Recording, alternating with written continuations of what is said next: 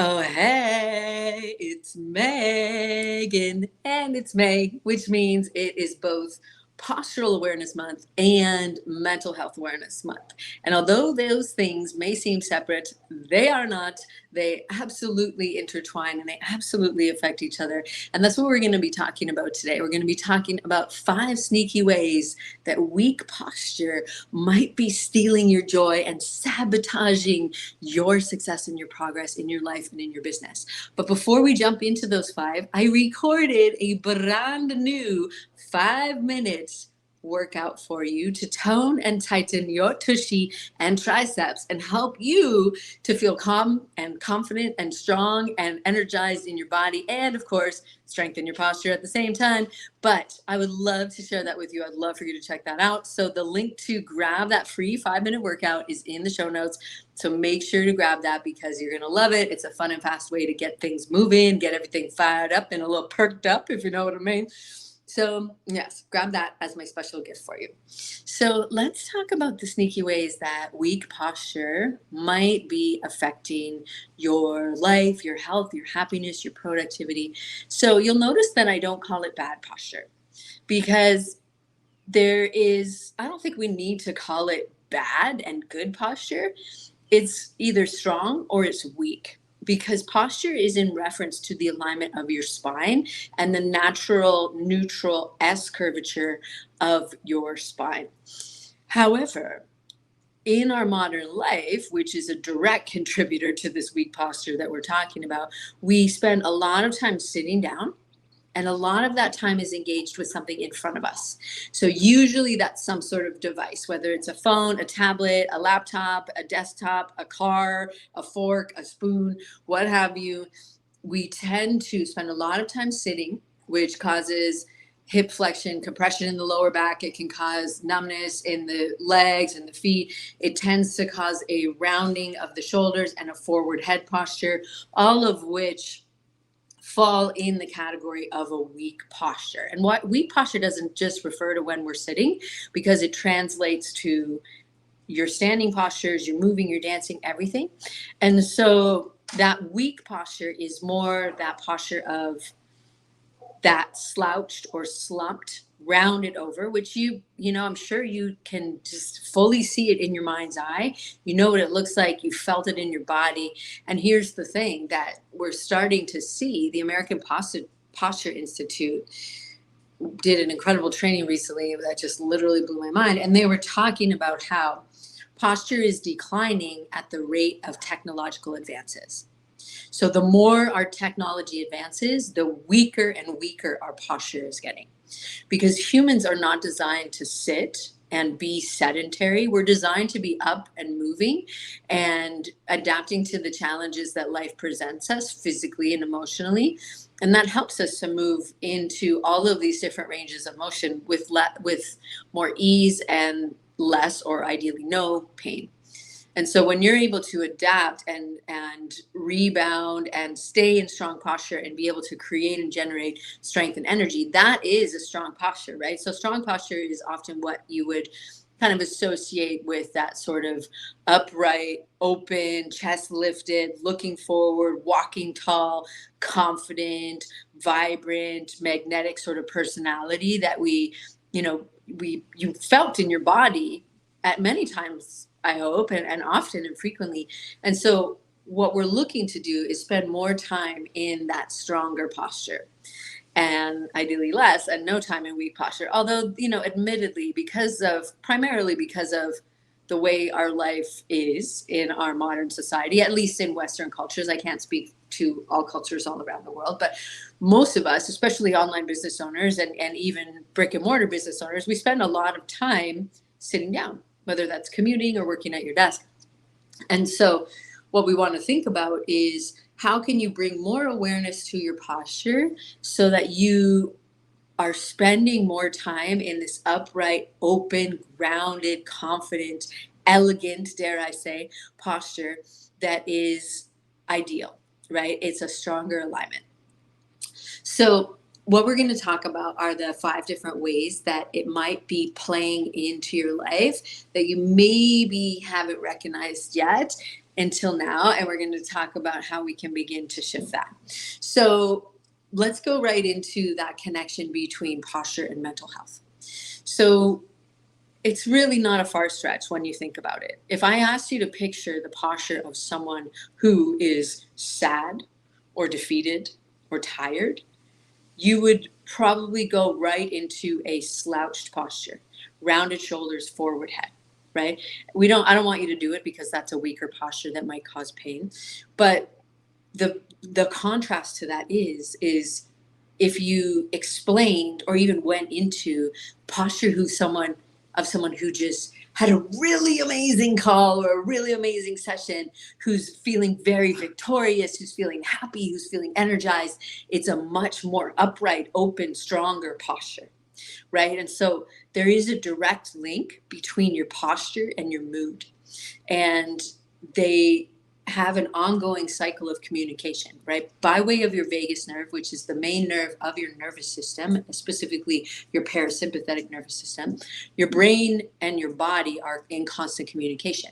Interesting to know, because this is a two-way highway, there's more information going from your body up to your brain than the other way around.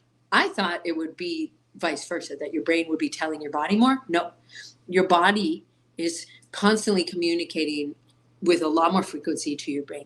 And so that means when you are in a slouched posture, although you may not feel particularly sad or defeated, you're just working on your computer and you're really focused on what you're doing and you've slouched over, your body is signaling a weak slouched posture, which is directly correlated to a more lower energy, a sense of tiredness, maybe a sense of kind of not having a lot of energy that can be associated with sadness or depression or a sense of overwhelm or a sense of defeat. And so the opposite is true, is if you are consciously making the choice to feel happier, to feel more energized, you can initiate that by opening up your body, moving into strong posture, and that sends the electromagnetic signals through your body by way of your nervous system, by way of your chemical cascade of your different neurochemicals, and through your muscles. It sends the signal of happiness and joy because you're uplifting, you're opening yourself up. And so whether you know it or not, when you're in that weak posture and you're spending more and more time, it can take a toll on your emotional health. And so that has to do with the second point we'll get to in a minute. But interestingly enough, when people go to certain doctors that look at things from a more holistic perspective, if someone has that rounded, weak, slouched posture, it's a potential sign and symptom of mental health challenges. And so we want to make sure that as much as you can, you are moving back into strong posture so that you are not inadvertently signaling that defeated energy of sadness or heaviness by way of your posture into your brain. So this is called embodied physiology. So you can change your emotional state by changing your physical state, is really, to sum it up.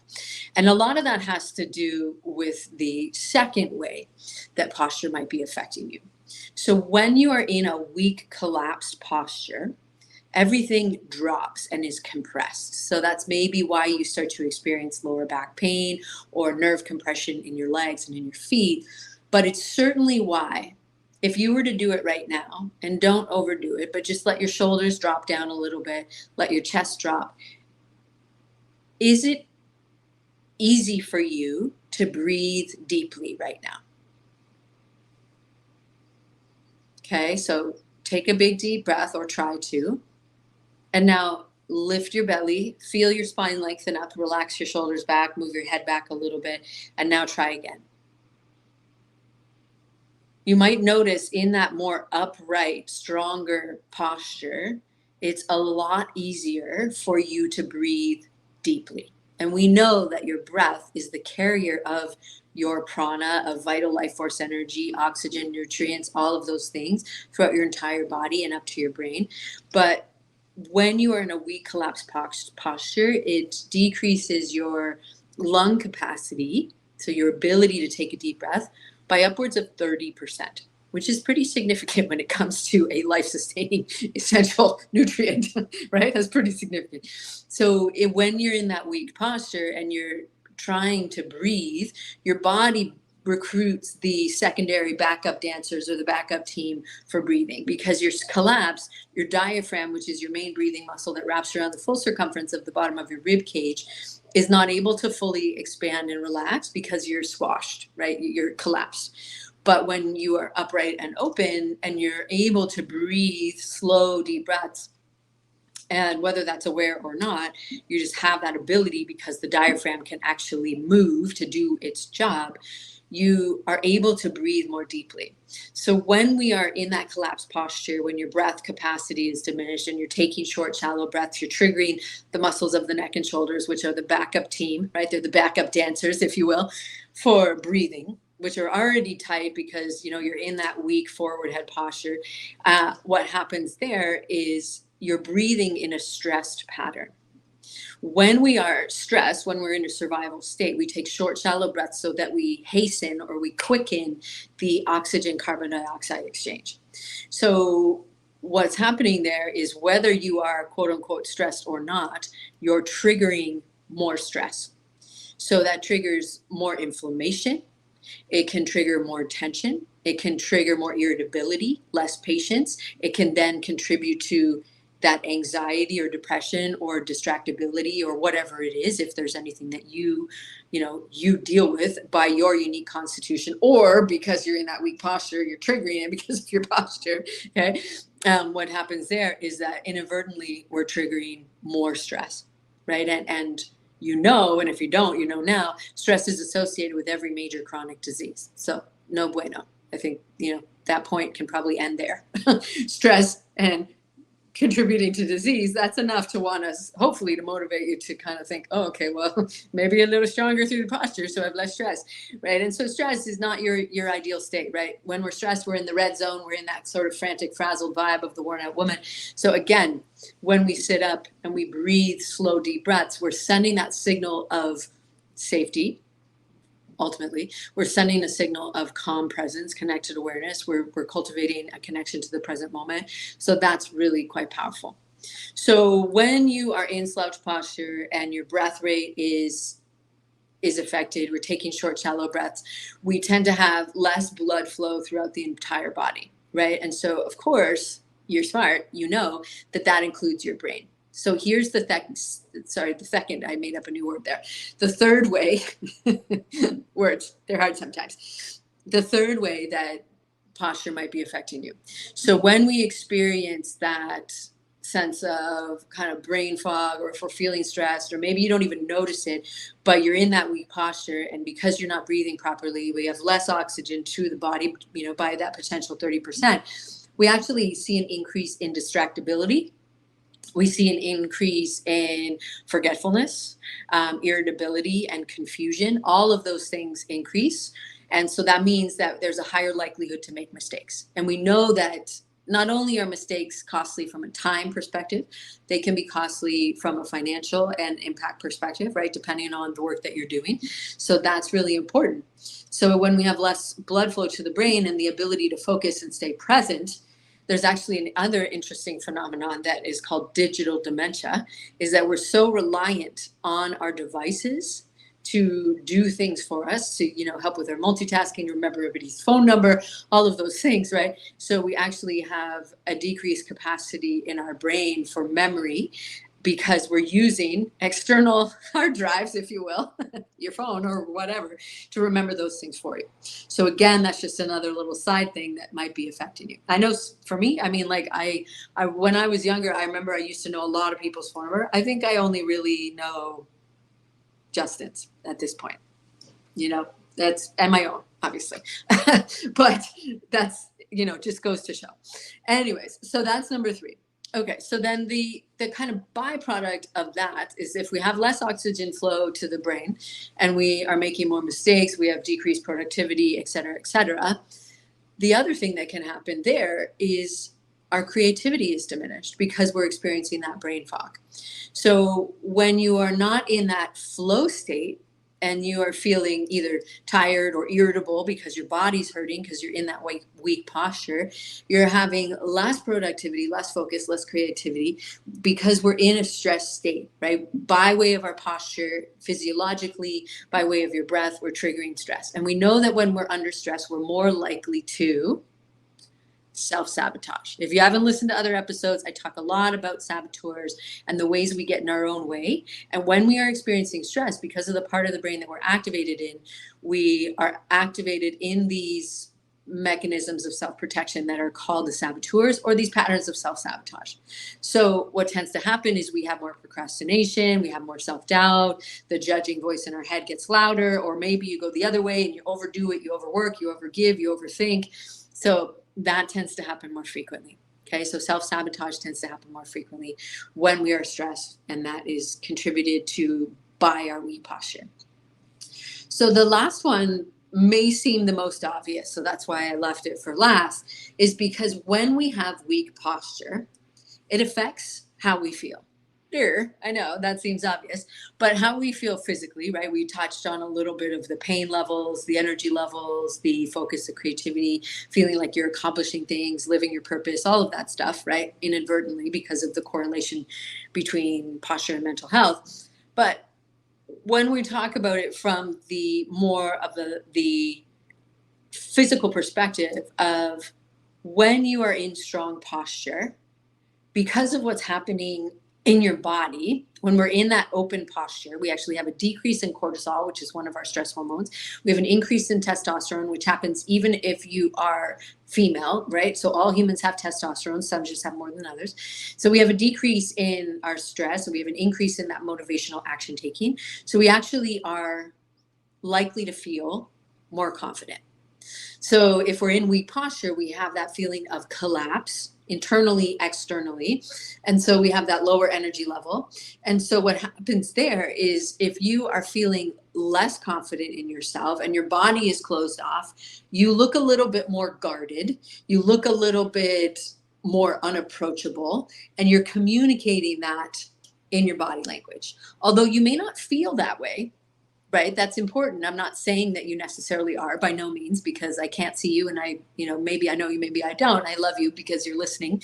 But what it is that, this, anywhere between 70 and 90% of your communication is nonverbal. So if you are in a weak, collapsed posture, the ouchy slouchy posture, you look closed off. You look a little unapproachable. You might look bored. You might look disinterested. You might look defeated. You might look sad. And so I'm not saying that you are those things, but I'm just saying, based on everything that we just said, it's important to consider what your body language is communicating to anybody else.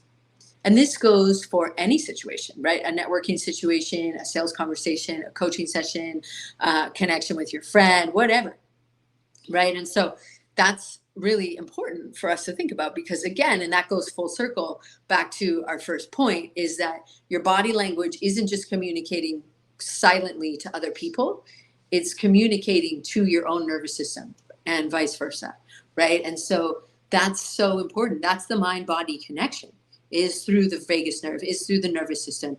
And so if your body is collapsed, that free flow of energy, whether you call it prana or mana or chi or vitality or oxygen or whatever special word that you have for it, we all agree that it's important, it's limited, right? It's limited. And so whether that's a more esoteric concept to you, or it's the physiological blood and oxygen and nourishment, it's the same, right? It's limited, it's restricted, because the pathways are not open. So that's why, energetically, that can lead to dis-ease and therefore disease. And so it's really just one of those things that, we kind of think, oh, well, I just, I strengthen my posture so I feel better in my body. Perfect. That's great. And that's enough reason for all of this. But now that the more intrinsic and impactful impacts, probably could have picked a better word, but you know what I mean, impacts of weak posture from a longevity point of view. Oh, and then, this is not a fun fact, but it's appropriate to say now, weak posture is associated with early mortality. People that have a weaker posture later in life are more likely to die earlier than expected. Whoa, yikes. Not amazing, right? And if you think about it, if you think of the classical posture of aging, when someone gets stooped and they have limited mobility, not only does it affect their quality of life significantly, right? Think about it. If your hand is so weak that you can't take a lid off of a jar of peaches, I don't know, random elderly people like peaches. I don't know. Anyways, squirrel. If you can't open a doorknob, if you can't turn on a water faucet, if you're so limited in your movement that you can't reach up, or it's hard for you to get off the toilet, that affects the quality of your life. But when we are off balance, because your posture directly impacts your balance, right? So those factors, in addition to the weaker posture, is what places elderly people, and definitely muscle weakening and fear of falling. All of these things are factors, but they all are contributing factors to a fall risk. And we know that when people fall, when they're elderly, because their bones are tending to change in constitution, there's a higher risk for complications, and it can be a really big problem when people fall later in life, and it can contribute to early death. So not only does it impact quality of life at any age, but specifically when we get older, it's really, really important from a longevity and a quality of life point of view to think about these things, because that classical posture of aging is not a destiny by any, it's not a life sentence, or it's not mandatory by any means. It is a result of day-to-day choices.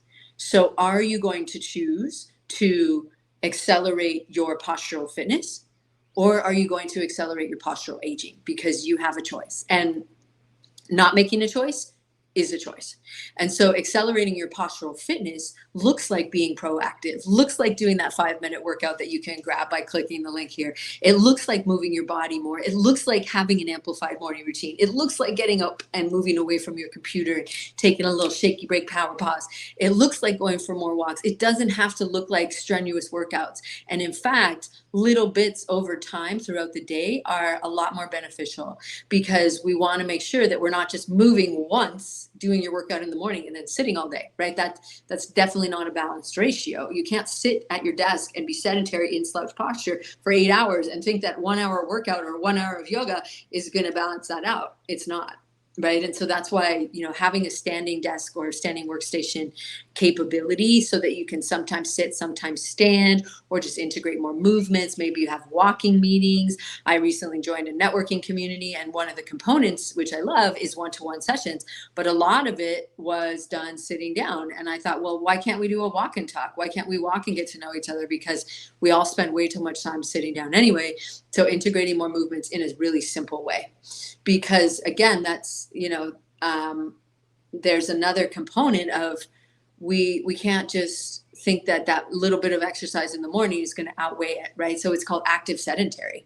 So you might be active, but then if you're sedentary for the rest of the day, it's an imbalance in the ratio. So many people deal with neck pain, back pain, and of course there might be other structural issues at play. But the reality of it is a lot of it has to do with inactivity. But luckily, it doesn't take much to make big changes. And it's really more about the consistency and the commitment to not only feeling good today, but then sleeping better tonight, because of, posture affects your sleep, it affects your mood, it affects your immune function, it affects your organ function. Like, I could talk for a long time about this, but I'm going to try to wrap it up here. Maybe we'll do another episode about that. But so making sure that you're moving mindfully so that you feel better now, you feel more confident, you feel like, yes, I can do this. Your body is engaged, your core muscles are engaged, so that you can, walk onto the stage, go into the interview, into the sales call in that open posture, right? Because you're communicating so much to yourself, but also to other people by way of your body language. And so that's really important to consider in every month of the year, but especially in May, because it's posture and mental health month. Why not, right? And so, this isn't just for the older demographics, right? Because there's a fall risk. That is preventative. You can by taking action today, you are taking preventative measure. And I know a lot of times preventative measures, they're a bit of a tougher sell. My coach always says it's easier to sell Tylenol than vitamins. But the reality is, if we let it go so far gone, it's going to be a long road to work it back. But if you take these little mindful minutes, 5 minutes, right, or more, and be able to make time for yourself because you care about how you feel, then that has a beautiful ripple effect into everything we shared and into all areas of your life. And so the last thing I wanted to say is that this affects every age and stage of humans. And the crazy thing is that because children are using devices and gaming and all of those things at a much higher rate over the last few years and maybe the last couple decades, I guess, they're actually seeing significant postural changes that normally were not presented until much later in life in children. That's not good. Considering posture is declining at the rate of technological advances, and what we're seeing is being called by many people a postural de-evolution, that's not good. It's not good because what we're seeing is forward head posture, which we didn't normally see until later in life. But if someone is in that posture so much, your brain and your body and your nervous system adapt to it, right? Because that's what the body does, is it adapts. And so if a kid is doing a lot of gaming, forward head, shoulders round and forward, their spine will develop that way. And so it's much more challenging to shift bony structure than it is to shift soft tissue. So your soft tissue is your muscle, your connective tissue. Bone structure, that's a whole other story. You can affect changes by affecting how your muscles move and how they work and how your joints move. You can begin to make those changes yourself by taking these suggestions that I share here and integrating more movement into your day and starting your day with more movement, which is known to also boost productivity and focus and joy and all those beautiful things. So that is what I wanted to share with you today. I hope that you found that helpful. Make sure to grab the 5-minute tone your tushy and triceps workout because it's a little all-in-oneer for your whole body, and it's a great way for you to start the day. You can easily integrate it into your amplified morning routines. Good little pick-me-up and nice little power pause that you can take anytime throughout the day. So really just having that knowledge that what you're doing here for your body and for your health is beneficial for you and all parts of your life because you're moving on purpose.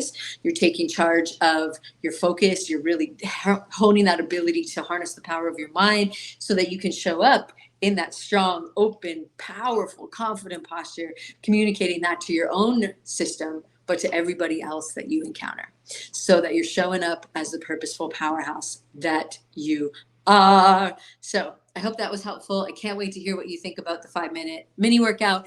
And until next time, sit a little bit taller, darling, because your health and happiness depends on it. And better yet, stand up.